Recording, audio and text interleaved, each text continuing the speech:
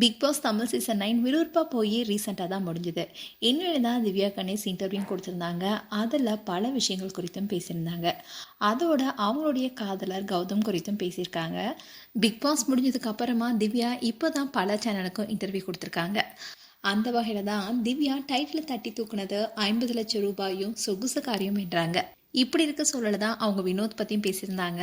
அதில் வினோத் பணப்பெட்டி எடுக்கலன்னா அவர் தான் டைட்டில் வென்றிருப்பாரான்னு கேள்வி கேட்டாங்க.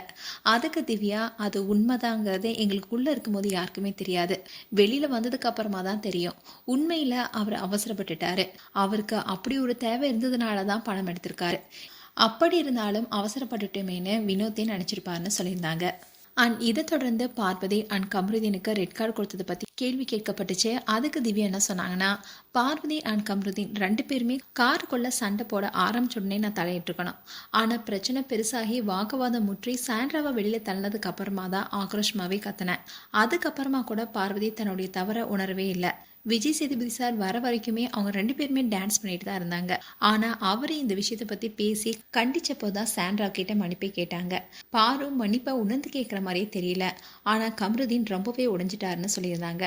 அது மட்டும் இல்லாமல் திவாகர் கிட்ட காதலர் ஜெர்மனியில் இருப்பதாகவும் அவர் ஆர்மியில் வேலை செஞ்சுட்டு இருக்கிறதாகவும் நீங்கள் சொன்னீங்கல்ல, அதை பற்றி சொல்லுங்கன்னு கேள்வி கேட்கப்பட்டுச்சு. உடனே திவ்யா அது பர்சனல், அதை பற்றி வேணாமேன்னு ஒதுக்குனாங்க.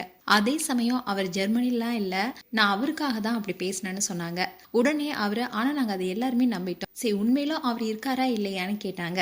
அதுக்கு திவ்யா, இருக்காரு, ஆனால் இப்போ அதை பற்றி வேணான்னு சொல்லியிருந்தாங்க. இது தொடர்ந்து இப்போ என்ன ஒரு விஷயம் வெளியாக இருக்குன்னா, திவ்யாவுடைய காதலர் பெயர் கௌதம்னோ, அதோட அவங்க 2 பேரும் இருக்கிற ஃபோட்டோஸும் வெளியாகிருக்கு.